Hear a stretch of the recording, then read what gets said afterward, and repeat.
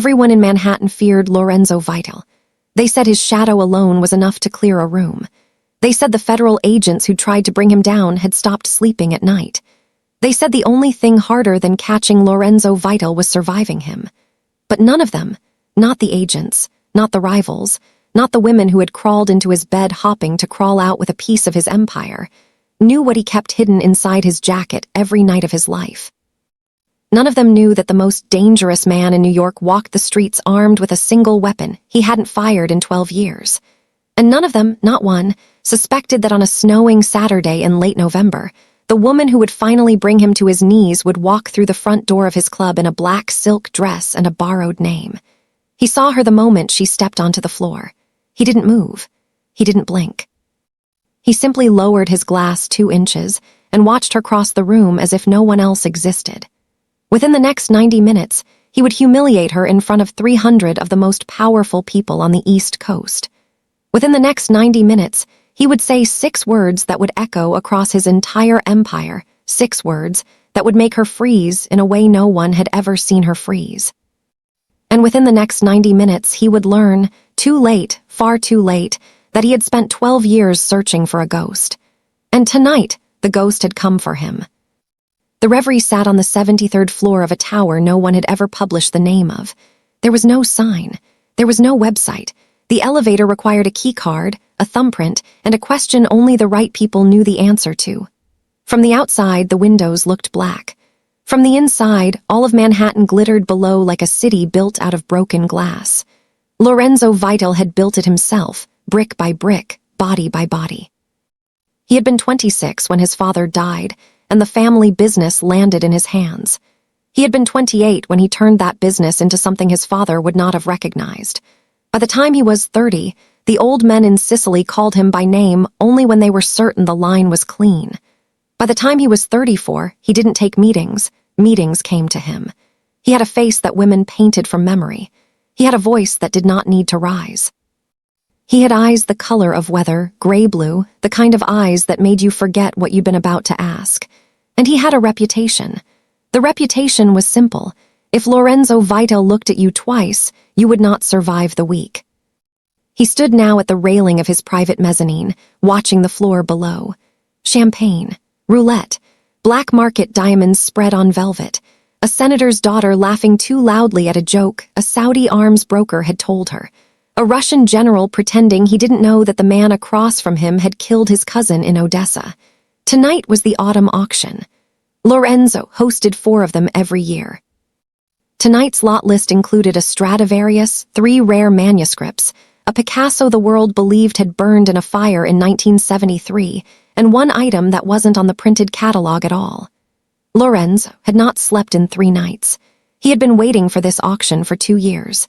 Tonight, he was going to bait the man who had killed his brother. Tonight, the war was going to start. He just didn't know yet that the war had already arrived, and that it had walked through his front door in heels and a black silk dress, and that it was looking up at him right now from the casino floor with eyes the color of a fire seen through smoke. Sienna Cross was not her name. The dress was not hers. The job was not hers. The smile she wore, the small, polite, slightly nervous smile of a girl who had just gotten her first decent job and was terrified of losing it, was not hers either. None of it was hers. The only thing that was hers, the only thing she had brought into this room that belonged to her, was the knife strapped to the inside of her left thigh and the derringer hidden between her ribs and her bra and the absolute, unshakable promise she had made beside her brother's casket 2 years ago, that she would put a bullet in Lorenzo Vitale's heart even if it cost her her own.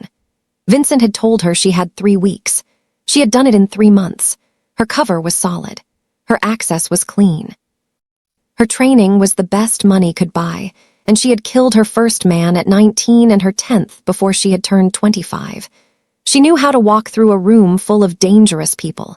She knew how to lower her eyes at the right moment.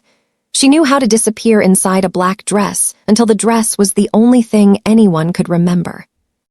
And she knew, she had memorized, every single fact in the file Vincent had handed her 2 years ago, the file that said Lorenzo Vitale had executed her brother in a parking garage in Queens on a rainy Tuesday in March. Marco had been 28. Marco had laughed when she'd cut her own hair off the day after their mother's funeral. Marco had been the only person in her entire life who had ever called her by her real name out loud. And Lorenzo Vitale had put 2 bullets in his head and left him in a parking garage in the rain. Tonight, she was going to introduce herself to Lorenzo Vitale. And then, before the auction was over, she was going to kill him. There was a thing she did before every job. She had done it since she was 20. That had nothing to do with training, and nothing to do with mission protocol, and everything to do with a part of her she had never quite been able to amputate. She would close her eyes for 3 seconds, and she would remember her grandmother's hands. Her grandmother had baked bread on Sundays, in a kitchen in Bay Ridge that smelled like rosemary and yeast, and the cheap olive oil they could afford in those years.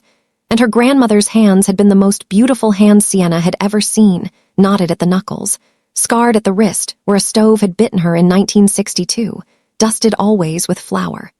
Her grandmother had taught her how to braid dough at 6. Her grandmother had taught her how to whistle through her teeth at 7. Her grandmother had taught her at 8 that the only thing in this world that was truly your own was the part of you that no one else could see. She had been dead for 19 years. Sienna closed her eyes for 3 seconds in the staff hallway behind the casino floor. She remembered the hands. She opened her eyes. The girl who had grown up in that kitchen was gone. The woman with the knife on her thigh stepped onto the floor. She moved between the tables with a tray of crystal flutes balanced on her left palm. She kept her face pleasant. She kept her shoulders soft. She catalogued every exit, every camera, every man with a bulge under his jacket. There were 22 armed guards on the floor, probably 12 more she couldn't see. Lorenzo had 3 men on his mezzanine.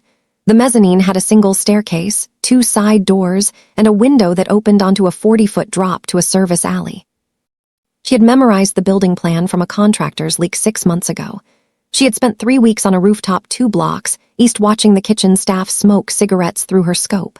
She had earned this job by waiting 43 days for a girl named Anna Reyes to break her ankle on a flight of icy stairs. Sienna had not pushed her. Sienna had simply known the stairs would be icy, and that Anna walked them every Wednesday at 6 p.m., and that Anna was the 7th choice for hostess service tonight. Anna would heal. Anna would be fine. Anna had taken Sienna's sympathy card with a smile and never once thought to wonder why a woman she had met twice in her life had brought her flowers.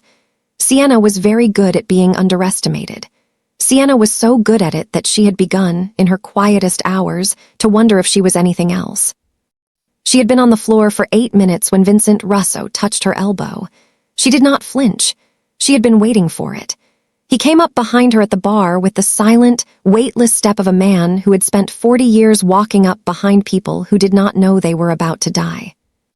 His hand pressed once against the inside of her elbow, a code they had agreed on. 2 short presses meant abort, 1 long press meant proceed, and the press was long and slow and warm through the silk, and she did not turn her head. She set her tray down on the bar. She rolled her shoulders the way a tired waitress rolls her shoulders at the end of a long evening. "He's watching," Vincent said. He did not move his lips. His voice was a thread. "Mezzanine, don't look. He's already noticed you. Make him want to call you up himself. Don't go to him, make him come to you." "How long?" she said. "An hour, no more." "I'm in position at 11. The Picasso bid will be a distraction. Get him alone before that. The booth behind the water curtain has a single exit. He uses it for women he likes. Take him there."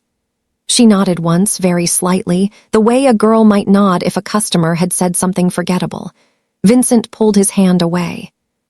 "Sienna," he said, the only name he had ever called her, the name he had said when he handed her Marco's casket flag 2 years ago and told her he was sorry, the name he had said when he put the file in her hands and told her this was how she would survive what had been done to her.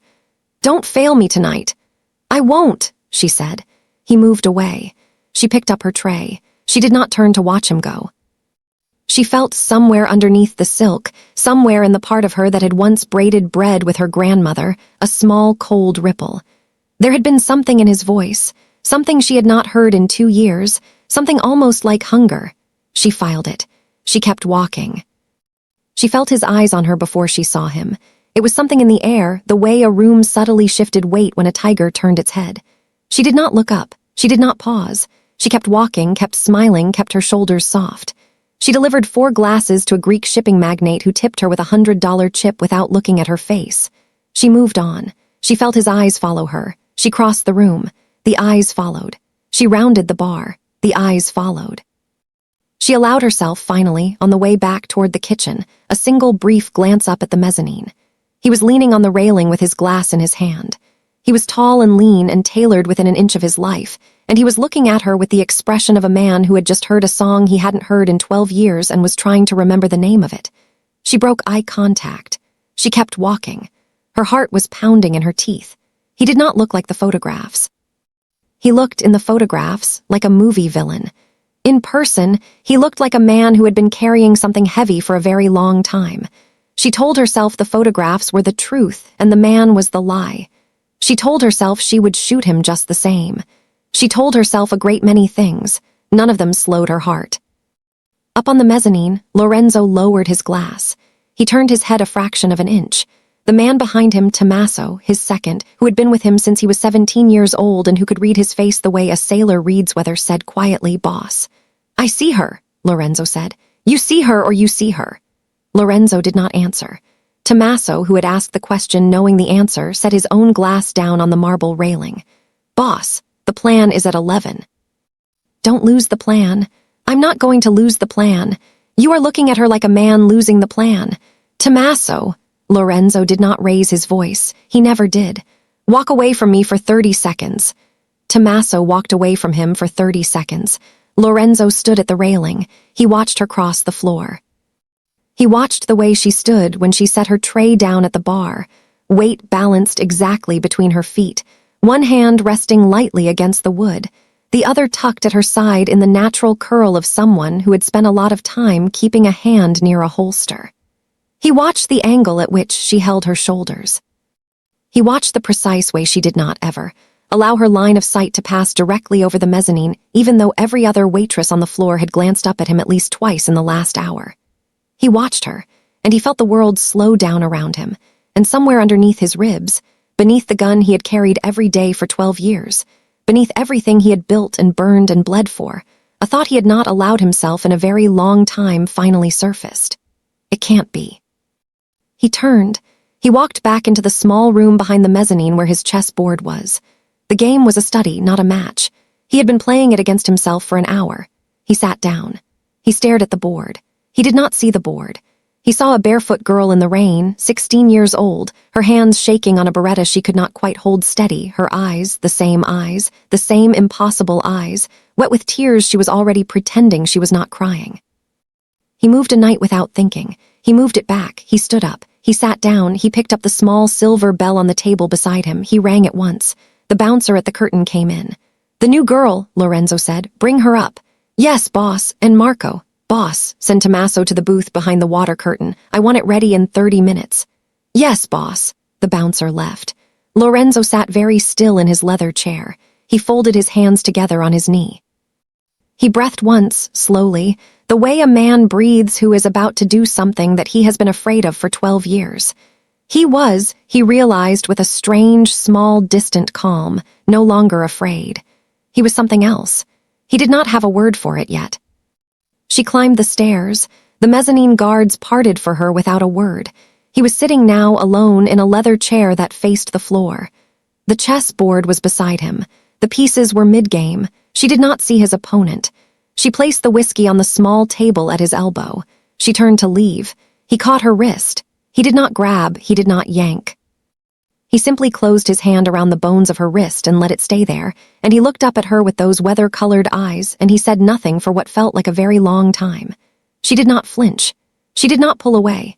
She made her face do the thing her face was supposed to do, the small, startled blink, the soft, confused smile, the just a girl with a tray. He watched her do it.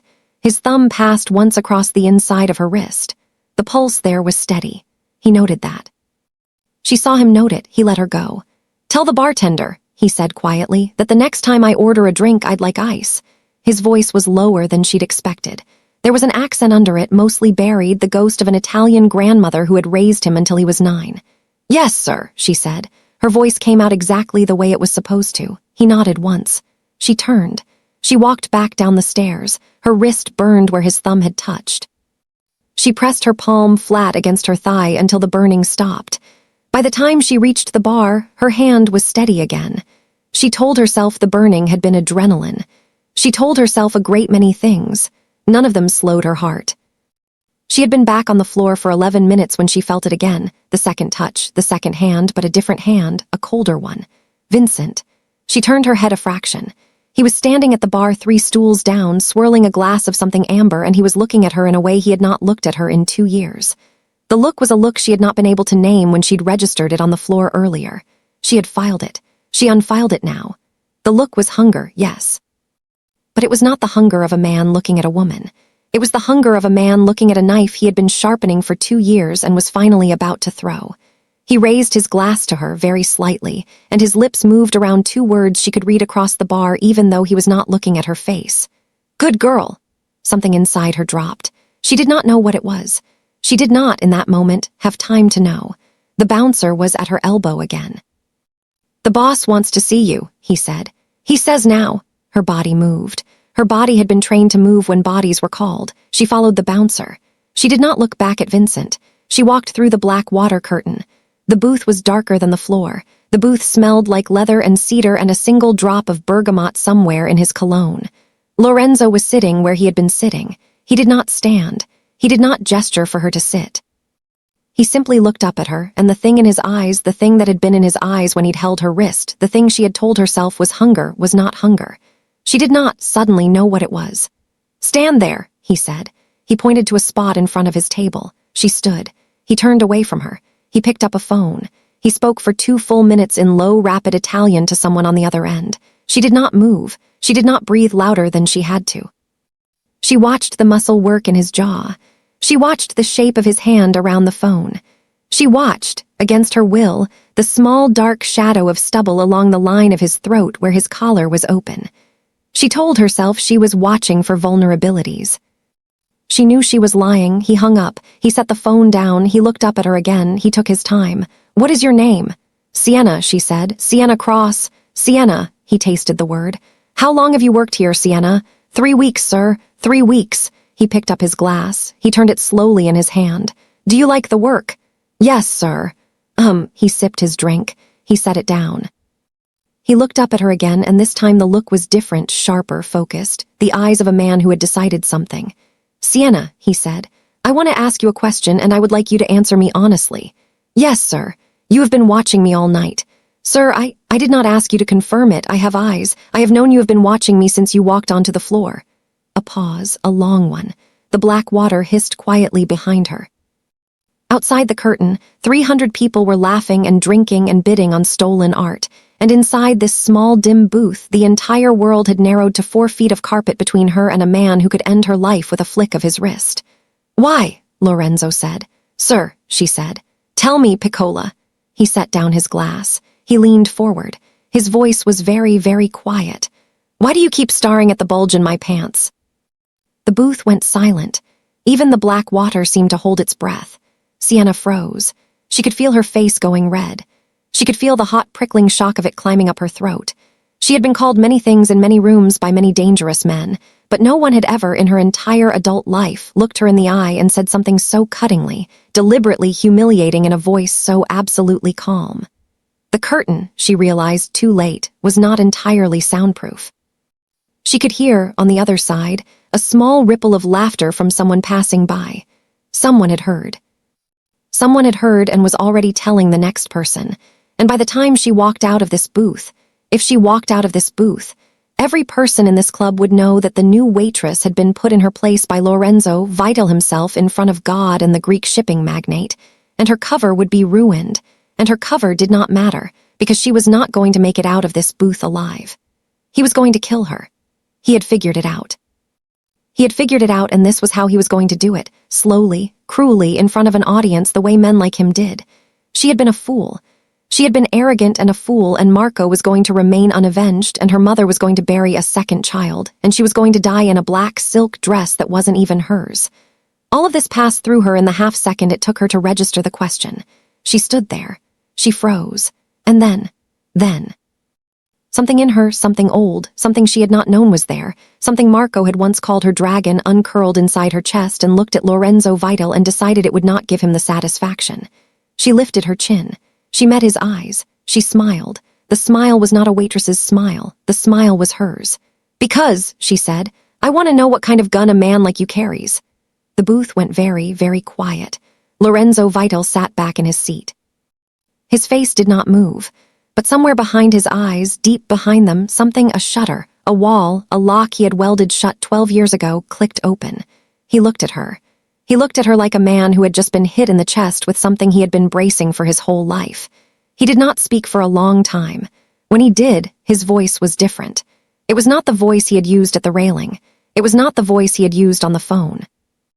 It was a voice she had not heard before and would not hear again from anyone but him for the rest of her life.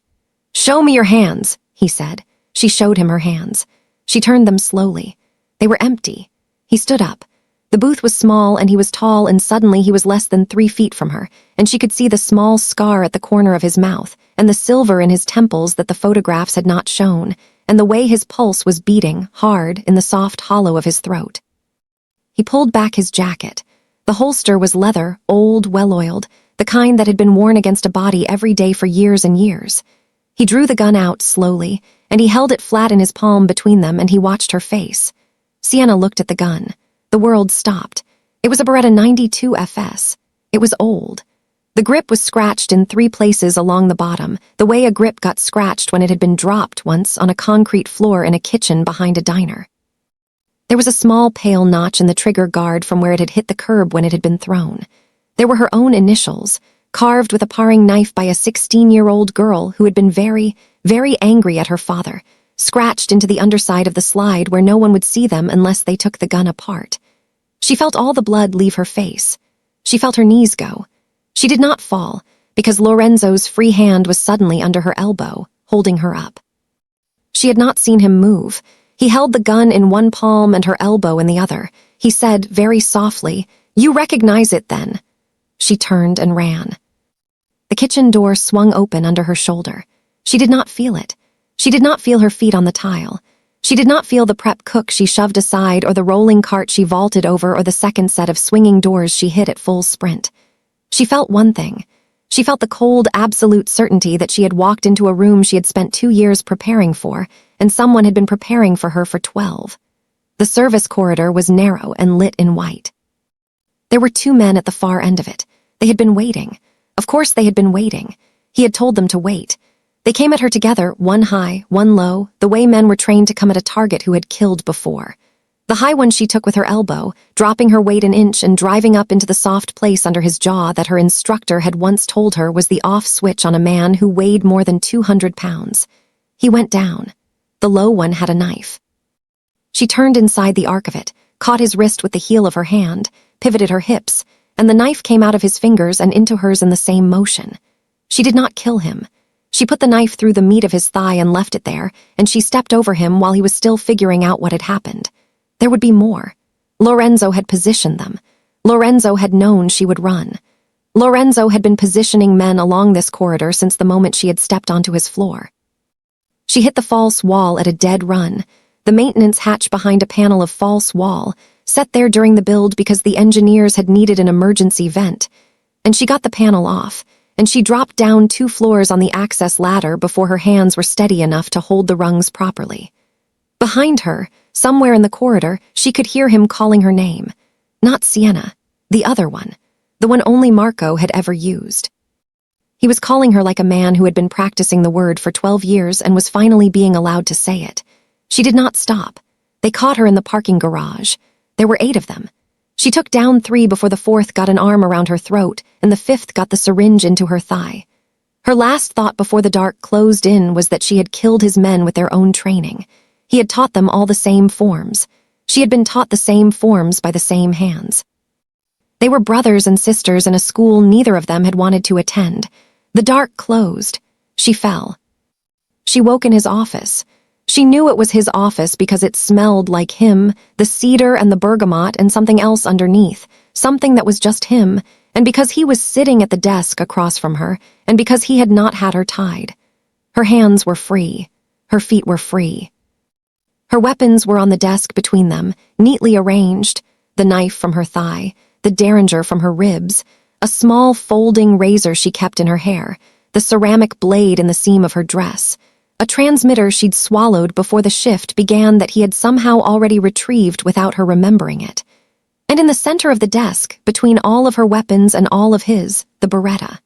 Her Beretta.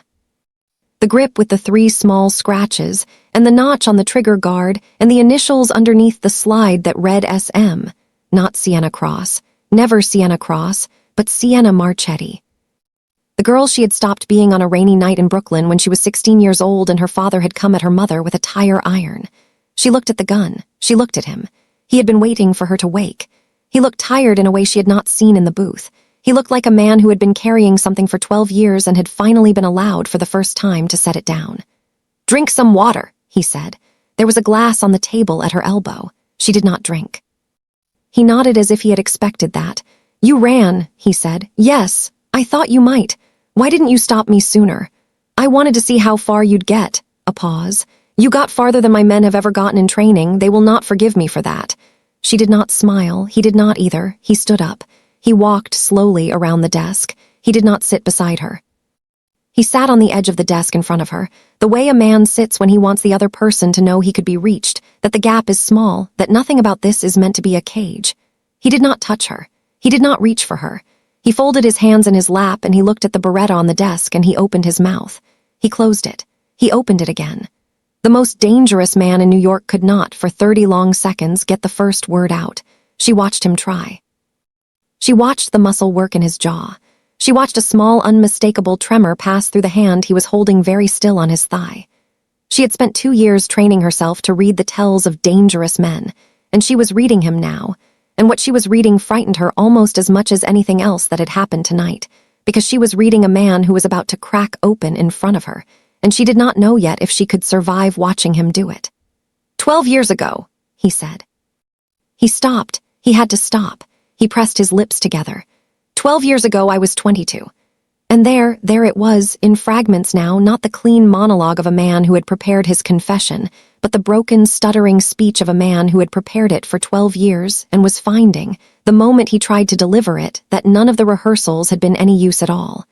I was the second son. I was not supposed to be the heir. My brother Dante, he was supposed to be the heir, and I was supposed to be the lawyer. My father was old. He was tired. I had been in New York for 6 weeks. He stopped. He was looking at the floor now. He was looking at the floor because he could not, in this particular moment, look at her face. There was a restaurant in the village, Italian, family-run. I had been eating dinner there twice a week since I'd arrived. The Albanians had been watching the restaurant for 9 days. They knew about my brother. They knew my brother was untouchable, so they took me. They followed me out. They put me in a van. They drove me to a parking lot behind a diner in Bay Ridge. She closed her eyes. She could not help it. She had been 16 years old. She had been standing at the kitchen sink in the back of her father's diner, peeling potatoes for the Sunday lunch service when she had heard the gunshots. 3 of them.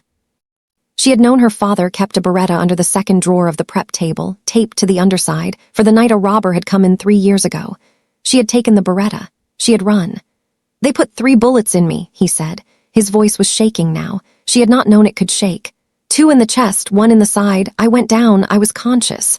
I was bleeding into the wet asphalt. The 3rd one was about to put a 4th bullet in my head. He was standing over me. Had the gun against my temple, and then he stopped. He was crying, she realized. He was crying without making any noise, and he was not wiping his face, and the tears were just sitting in the corners of his eyes the way the rain had sat on his face that night, and she had not known until this exact moment that she had been waiting for 12 years to see this man cry. And then the back door of the diner opened. A long pause. And a girl came out. She opened her eyes. He was looking at her now. He was looking at her, finally, and the floor was no longer a place he could hide. She was 16. She was barefoot. She had flour on her hands. She was holding a Beretta 92 FS in both hands the way a child holds a thing too heavy for her, and she was crying, and she shot the man with the gun in the throat from 12 feet away. Then she shot the second man in the leg. The 3rd man ran. He ran because she had fired so cleanly and so fast that he did not understand what he was looking at. She did not chase him. His voice broke completely on the next sentence. He did not try to repair it. She knelt down on the wet asphalt next to me, and she put both her hands over the hole in my side, and she said, are you still alive? Are you still with me? Please be alive. And she did not let go until I told her my name, and even then she did not let go. She pressed harder. She called 911 from a flip phone she pulled out of her sock. She stayed beside me until the sirens turned the corner. And then she set the gun down on the asphalt next to my hand, and she said she was sorry, and she ran. The man I sent to find her could only tell me 3 things. She had run barefoot down 86th Street in the rain. She had been crying. And the gun she'd left behind had 3 small scratches on the grip, and a notch in the trigger guard, and a pair of initials carved into the slide that read SM. The silence in the office was the kind of silence that could break a person. It was breaking him. She could see it. She put her hand over her mouth. She had not meant to. He saw her do it. He looked at her hand. He looked at her face. He kept going. He had to keep going. He had not, he realized, ever spoken any of this out loud before. He had been holding it inside himself for 12 years like a stone he could not put down. I have been looking for you, he said, since the night you saved my life. 12 years, 8 private investigators, 3 continents, 6 different police records I bought my way into, and not once did I ever turn over the right rock. The girl with the initials SM did not exist on any document anywhere in the world. I thought sometimes that I had imagined you. I thought sometimes that you had died that night somehow and I had not known. I thought sometimes, God forgive me, that I had wanted you to be more than you were, that I had loved a memory, that I had carried a ghost. She made a sound. It was not a word. It was a sound. He stopped. He waited. He let her have the sound. When she could speak, she said, "Why didn't you ever come forward, to the police, to anyone? I waited for the police to come for me. For 2 years I waited. I was 16 years old and I had killed a man and no one ever came. Because I told them you were me." She stared at him. "What?" "I told the detectives that I had taken the gun from the first man and shot him with it. I told them I had thrown the gun before they arrived because I was in shock. I told them I did not remember anything else. The gun was registered to a dead man in Newark. They could not connect it to anyone living. I made a phone call from the hospital bed. I made several phone calls. The detective in charge of the case had a daughter at NYU. I paid for her tuition for 4 years. The case went cold." Her hands were shaking. She put them flat against her knees. "And then 2 years ago," he said, and his voice changed again, hardened again, the dangerous man returning briefly to the room, "my brother died. And the man who killed him, the man who is going to walk through the front door of my club in 14 minutes, recruited a girl named Sienna Cross to kill me. He gave me her file 3 months ago because he wanted me to underestimate her. I opened the file. I looked at the photograph, and I knew Piccola. I knew the moment I saw your face. I have known for 3 months." She sat very still. "I never wanted you to find me," she said. Her voice did not sound like hers. "I know," he said. "That's why it took 12 years." She did not cry, not yet. She was not yet in a place where she could let herself. She put her chin up. She said, "Vincent told me you killed Marco." "I know. He showed me photographs. He had a witness." "I know. He said you'd done it because Marco was working for me and he had skimmed." "Marco was working for Vincent." Her face went still. "What?" "Marco was Vincent's man. He had been for 2 years. He came to Vincent's organization a year before he died and asked to be moved into Intel. Vincent gave him the assignment of feeding me false information.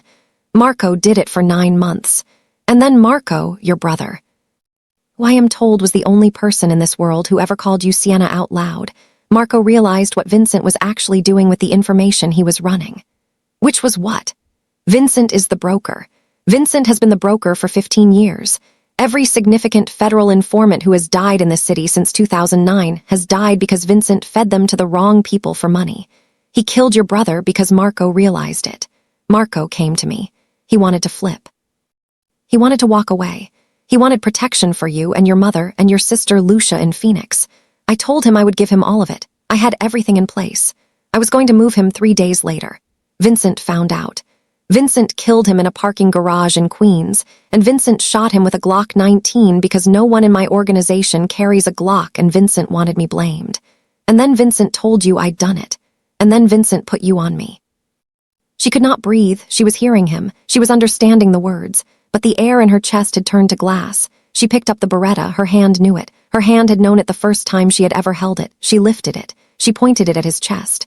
The barrel was an inch from the 3rd button on his shirt. He did not move. He did not blink. He breathed once, slowly, looking at her. "Tell me something only she would know," she said. Her voice was a knife. "Something Vincent could not have given you, something no file could have told you." He closed his eyes. He was very still. He breathed in. He breathed out. He opened his eyes. "You had flour on your hands," he said, "because you had been peeling potatoes. You were not wearing shoes because your father did not let you wear shoes in the kitchen. He thought it made you slower. He thought it made you better at the work. He was wrong about that, the way he was wrong about almost everything. And when you knelt next to me in the rain, you said before you said, 'Are you still alive?' You said something else first. You said, 'Please don't be Marco.' You said it the way a person says a prayer." She lowered the gun. Her hand fell into her lap. She had not remembered saying it. She had buried that night so deeply she had forgotten the part where she had thought, in the first half-second after she had run out the door, that the man on the asphalt might be her brother. Marco had been at his apartment that night. Marco had been safe. But she had heard the gunshots, and she had not been able to find Marco in the kitchen, and she had thought, in the worst half-second of her 16-year-old life, please, not him. She put her face in her hands. And for the first time in 2 years, in front of the most dangerous man in New York, in his office on the 73rd floor of a tower no one had ever published the name of, Sienna Marchetti cried. She cried for Marco. She cried for her mother. She cried for her grandmother who had braided bread with her. She cried for the girl in the rain who had been 16 years old and had killed a man and had never told a single living soul about it. She cried, finally, for herself. He did not move toward her. He did not touch her. He sat on the edge of the desk with his hands on his thighs, and he let her cry. He let her cry the way a man stands at a riverbank and lets a river be a river. When her shoulders stopped shaking, he reached, very slowly, and he handed her a handkerchief from his inside pocket. The handkerchief was soft. It smelled like him. She used it. She held on to it after. "Vincent will be here in 8 minutes," he said. "He is bringing 30 soldiers. He believes you are in this room with me right now and that you have failed. He has been planning since the moment he handed you my file to use your death as the reason to start a war he has wanted for 2 years. He intends to leave this building tonight with my head and yours and to tell our families I killed you." She was breathing again, slowly. The crying had hollowed her out, but the hollowing had taken something else with it. The 2-year weight of grief sitting on her chest had cracked open, and underneath it, what was left was not numbness. What was left was rage, pure, cold, diamond clean. "He has my sister. I had Lucia moved this morning. She is in a safe house in Sedona with 3 of my men outside the door. He thinks he has her. He has a woman who looks like her with a phone she will not answer." Sienna nodded. Once. The Beretta was warm in her hand. "Tell me the building," she said. "Tell me the access points. Tell me who Vincent will have with him and Lorenzo." She looked up at him. Her eyes were dry now. Her eyes were the eyes he had been looking for 12 years, and for the first time tonight they were looking back. "I want him on the roof. I want him to see me. I want to be the last face he ever sees." "He will be on the roof," Lorenzo said. "I will put him there." His phone buzzed on the desk. He looked down. He read the message. He looked up at her. "He is on the elevator," he said. "He is calling you." She picked up the phone. She did not put it on speaker. She looked at Lorenzo. He nodded once. She answered. "Yes." "Sienna," Vincent said. His voice was warm. His voice was the voice of a man who had just won. "Tell me you've done it." "I'm in his office," she said. Her voice was perfectly steady. Her voice was a girl who had just killed a man and was still adjusting to it. "He's on the floor. The gun jammed. I had to use the knife." A long pause. "You used the knife." "Yes, where?" "His throat." Vincent breathed out. It was almost a laugh. "Marco would be proud of you, Piccola." She closed her eyes. "Don't call me that," she said. "What?" "Don't call me Piccola, Vincent. You haven't earned it." Another pause. The pause was a fraction too long. Vincent was a careful man. Vincent had heard something. "I'll be on the floor in 3 minutes," he said. His voice had cooled by a half-degree. "Stay where you are. I'll come up. I want to see his body." "I'll be here," she said. The line clicked. She set the phone down. Her hand was shaking. Lorenzo was watching her. "He heard something," she said. "He'll come up with all 30. "Good," Lorenzo said. He stood. He walked around the desk. He drew a different gun now from a drawer, a Sig Sauer she had not seen, and he checked it and holstered it. He looked at her. She had taken off her heels. She had pulled her hair back. She had wiped the lipstick off her mouth on the back of her hand. The black silk dress had a slit she had not used until tonight, and she used it now to fasten the knife back to her thigh and the derringer to the small of her back. She caught him watching her. He did not look away. "What?" she said. He shook his head, almost laughing, a small, dazed, helpless laugh. Nothing, Piccola. Only that I have been afraid of meeting you for 12 years, and I have not been afraid for the last 12 minutes. She did not smile, but she did, very briefly, before she put her game face back on, let him see him. It was enough. It was, for both of them, the first time in either of their adult lives that anyone had looked at them and seen, instead of armor, a person. What happened next would be told and retold in whispered rooms across 3 continents for the next 20 years, and none of the tellings would quite get it right. Vincent's 30 walked off the elevator into a casino floor that was not a casino floor anymore. The guests had been evacuated. The lights had been dimmed. The dealers were gone. In their place were 30 of Lorenzo's men, positioned along the mezzanine and behind the bar and beneath the tables, and at the head of them, walking out from behind the black water curtain in a black silk dress with a Beretta 92 FS in her hand, was the woman Vincent had spent 2 years sharpening into a knife to throw at his oldest friend. He saw her. He understood, in 3 seconds, exactly how badly he had miscalculated. The first volley took 11 of his men in under 9 seconds. The next took 6 more. Vincent ran. He ran the way he had trained Lorenzo to run 30 years ago, up the back stairwell toward the helipad on the roof, because Vincent had always believed in escape routes and had, 20 years ago, helped Lorenzo's father design this one. Sienna went after him. She did not take the maintenance shaft this time. She took the stairs. She took the stairs because she needed him to know she was coming, because she needed him to hear her behind him on every landing, because she needed Vincent Russo to spend the last 90 seconds of his life understanding that the girl he had thought he had broken 2 years ago was the woman who was hunting him through his own lie. She killed 2 of his men on the 3rd landing. She killed a 3rd on the 6th. She did not stop. She did not slow down. She took a bullet across the outside of her left arm on the 9th landing and did not feel it. She came up out of the stairwell onto the helipad in the snow with her gun drawn and her hair in her face and the wind pulling at the silk of her dress, and she saw him. She saw Vincent standing on the helipad with a pistol in his hand and a small black radio in the other, and the chopper coming in over the East River 2 minutes out, and she saw, in his face, the moment he understood that he was not going to make the chopper. Lorenzo came up the other side 10 seconds later. He had his SIG drawn. He did not raise it. He stopped at the edge of the helipad. He had said he would let her have this, and he was a man who did not break promises. The wind on the roof was very cold. The snow had started again. It fell in slow, drifting, almost lazy flakes lit silver by the helipad lights. Sienna walked toward Vincent. Slowly. She stopped 6 feet from him. Vincent raised his gun. He aimed it at her. He said, "He killed your brother, Sienna. He's lying. Look at me." "Look at me and tell me you don't know I'm telling the truth."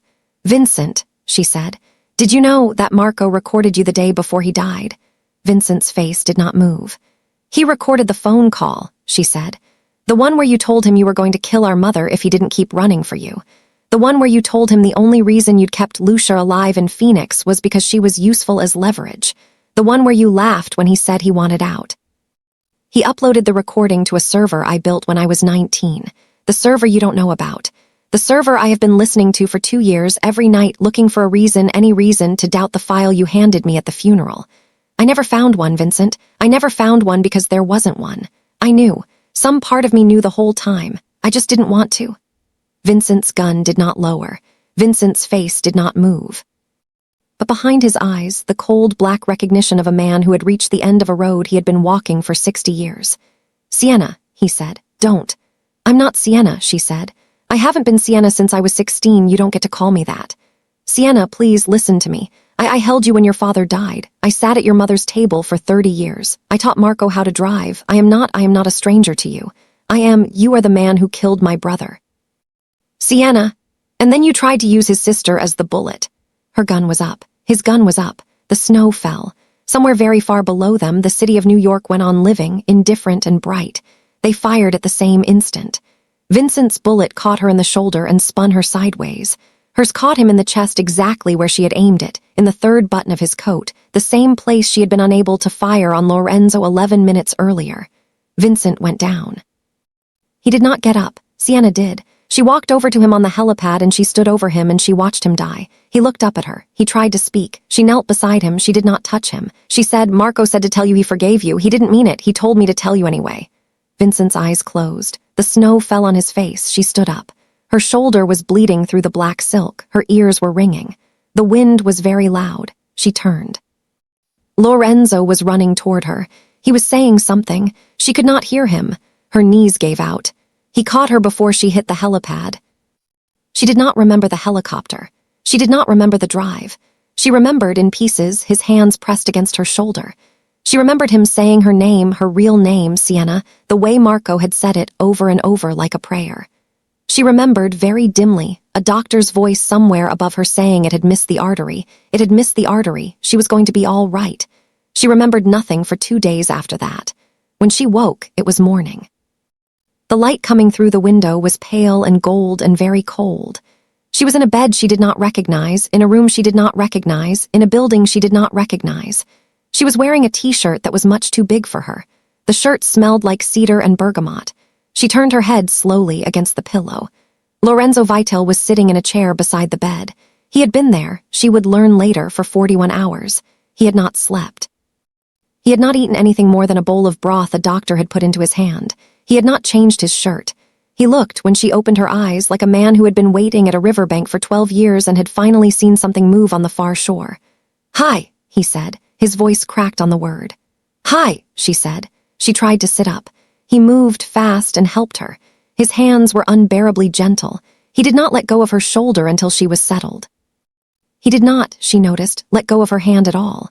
She did not pull it away. They sat like that for a long time without speaking. Outside the window, snow was falling on a courtyard with a single bare tree in the middle of it. The tree had a red ribbon tied around its lowest branch. She did not ask about the ribbon. She would learn, eventually, that he had tied it there 12 years ago, on the first anniversary of the night in the alley, and that he had retied it every year since. "Why are you still here?" she said. He looked at her. He did not answer for a long time. When he did, his voice was the same voice he had used in his office, the voice that was not a mafia boss's voice, the voice she had decided she would never get tired of. "Because for 12 years, he said, the worst thing I could imagine was never finding you, and the second worst was finding you and losing you. I've already done the first one. I'm not interested in doing the second." She thought about that for a while. He let her. He did not let go of her hand. "What now?" she said. "Now I burn it," he said. "Burn what?" "All of it, the empire, the blood, the name. I've been looking for a reason to walk away from this life for 2 years, Piccola. Marco was the first one. You are the last one. There won't be another." She did not say, "I never asked you to." He had said that line for her in the booth 100 ways already. She said instead the only thing that mattered. "I want to come with you." "I was going to ask," he said. "Even if you'd said no," she laughed. It hurt. He smiled at the laugh, a small, devastated smile, the smile of a man who had not laughed in a very long time and was finding out his face still remembered how. He leaned forward slowly and he pressed his forehead very gently against hers and he stayed there. He did not kiss her. She did not kiss him. They had time. They had so much time now it almost frightened them both. "Sleep, Sienna," he said. "I'll be here when you wake up." She slept. He was. The recovery took 6 weeks. He was there for every day of it. He cooked for her badly at first, then better, then so well that she accused him of having a chef hidden in a cabinet. He read to her in the evenings. He read her his grandmother's letters, which he had translated from Italian himself in a leather notebook he kept in a drawer he had never shown anyone. He read her Marco's recording, the full transcript, all of it, even the parts that hurt. He read it because she asked, and because she did not want to be alone the first time she heard her brother's voice all the way through, and because there were some things, he had learned, that you only got through if someone sat in the chair beside the bed and stayed. They did not rush. He had carried her for 12 years already. He could carry her another 6 weeks. The first time he kissed her, he did it on the 3rd Sunday of her recovery in the kitchen, while she was reaching for a coffee cup on a shelf she could not yet reach with her healing arm, and he had reached over her shoulder to get it for her, and she had turned in the small space between his body and the counter and looked up at him, and he had stopped breathing, and she had said, very quietly, "If you don't kiss me right now, Lorenzo, I'm going to kill you." He had laughed against her mouth when he kissed her. The laugh was quiet and stunned and free. She would remember the laugh for the rest of her life. The kiss was slow and devastating and earned, and he had carried it inside himself for 12 years, and he gave it to her like a man returning something that had always been hers. Afterwards, she pressed her forehead to his collarbone and stood there, just stood there, in his kitchen in the morning light, and she said, "You are not allowed to die before I do, Lorenzo Vitale." And he said, "Piccola, that is not a thing I have any plans for." And she said, "Then make it a plan." And he said, "It's a plan." And he held her there against his chest until the light shifted on the floor. 6 months later, they were married in a small ceremony on a hillside in Tuscany. There were 9 guests: her mother, her sister Lucia, who had cried for an hour straight when Sienna had walked through the front door of a Sedona safe house alive; his sister and her husband and their son, the godson Vincent had once stood for; 2 of his oldest soldiers, men he had trusted enough to know the truth, and their wives; and 1 chair at the front left empty for Marco. The empty chair had a single white rose on the seat. Sienna had cried when she had seen it. Lorenzo had held her hand. The empire was gone. He had spent 6 months dismantling it, handing pieces to other families, burning the pieces no one should have, walking away from the pieces that were his to walk away from.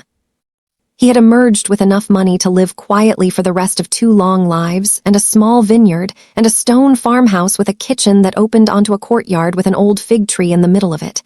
He had hung the red ribbon on the fig tree. She had asked about it. He had told her. She had cried. He had held her. They were getting good at it by then, the holding. They had been practicing. It was a Tuesday in October, 8 months into their marriage, when she heard a car turn into the drive. They were not expecting anyone. She was at the kitchen sink. She was rinsing tomatoes from the garden. Lorenzo was in the courtyard, working on a low stone wall he had been rebuilding by hand for 3 months because he had decided, the day after their wedding, that he wanted to know how to use his hands for something that did not break. The car was not one she recognized. The car was a small, dusty rental with a Roma plate. The car parked under the fig tree. She watched, through the kitchen window, as Lorenzo straightened up from the wall. She watched him put down the trowel. She watched him wipe his hands on his trousers, slowly, one and then the other, and she watched the way he looked at the car, not the way he had looked at strange cars in his old life, the way a man looks at a car when he is calculating angles and exits, but the way a man looks at a car when he has been waiting for it. She felt her heart drop into her stomach. She did not know why. Her body knew before her mind did. The driver's door opened. A man got out. He was thin. He was thinner than he had been. He had grown a beard that did not suit him, and his hair was longer than it had ever been, and he was wearing a jacket she had never seen him in, and he was, for a moment, just a moment, a stranger in the courtyard. And then he turned. He turned, and he saw her in the kitchen window, and he raised one hand the way he had raised one hand at her from across every room they had ever been in together since she was 4 years old. And his face did the thing it had always done, the small, lopsided, crooked smile, the one he had broken in a bicycle accident when he was 9 and had never quite straightened out, and Sienna dropped the tomato she was holding into the sink. She did not feel her feet. She was running. The kitchen door slammed open behind her, and she was running across the courtyard in her bare feet on the cold stones, and Marco, who was dead, Marco, who had been dead for 2 years and 7 months. Marco, who had been the only person in the world who had ever called her by her real name out loud. Marco caught her halfway across the courtyard with both arms and lifted her off the ground and held her, and she could feel him shaking, and she could feel herself shaking, and she could not. She could not stop saying his name. She said it into his shoulder. She said it into his neck. She said it into the jacket she did not recognize and the beard that did not suit him and the smell of him, which was the same, which was exactly the same, the cheap aftershave he had been buying since he was 16 years old at a pharmacy on 86th Street that was probably no longer there. He held her. She held him. The fig tree was above them, and the red ribbon was moving in a small wind, and Lorenzo stood 10 feet away with his hands at his sides, watching. She did not know how long they stood there. She did not know what came out of her mouth. She knew eventually that Marco was crying too, and that he was saying her name back, both of her names, the new one and the old one, Sienna and Sienna, as if he wasn't sure which one belonged to her now and was trying both. When she could finally let go of him, and she did not for a long time, she turned. She turned and she looked at her husband. Lorenzo was still standing where he had been standing. His face was doing a thing she had never quite seen it do before. He looked, she realized, like a man who had been holding his breath for 2 years and 7 months and was finally being allowed to exhale. She walked to him. She put her hand on his chest. She felt his heart under her palm. "You knew," she said. She was not asking. Yes. How long? 2 years. She stared at him. 2 years, he repeated. His voice was very quiet. Federal agents came to me 3 days before they pulled the trigger on the operation. Vincent had been 1 hour away from killing Marco for real. They didn't have the manpower to stop it without burning 2 other operations they'd been building for a decade. They needed someone who could set the scene. A body double. A parking garage. A Glock 19 with the right ballistics. A story that would hold for 2 years while the case was built. They needed someone who could swallow the cost. The cost? He stopped. He looked at Marco. He looked at her. He kept going. The cost was letting a 16-year-old grief sit on the chest of a girl I was not, at the time, allowed to know was the girl I had been looking for 10 years. The cost was the worst 2 years of my adult life. It was worth it because Marco wanted out and the federal agents wanted Vincent and I wanted both. And one more thing. A thing I did not let myself name out loud until tonight. I wanted very badly for the girl with the initials SM to one day have her brother back. I had been doing the math even then. I had been hopping. Sienna looked at him for a long time. She turned her head. Marco was watching them. Marco was not surprised. Marco had known. Marco, she understood, suddenly had known the moment Lorenzo had married her. The federal agents had told him. Marco had been allowed to come home only after the case was closed. Marco had been allowed to come home only because Lorenzo had spent 8 months making sure the road back to him was clear. She turned back to her husband. "You impossible man," she said. The words came out broken. "I told you, Piccola," Lorenzo said. His voice was very quiet. "I told you in the booth. I owed you a life." He took her hand.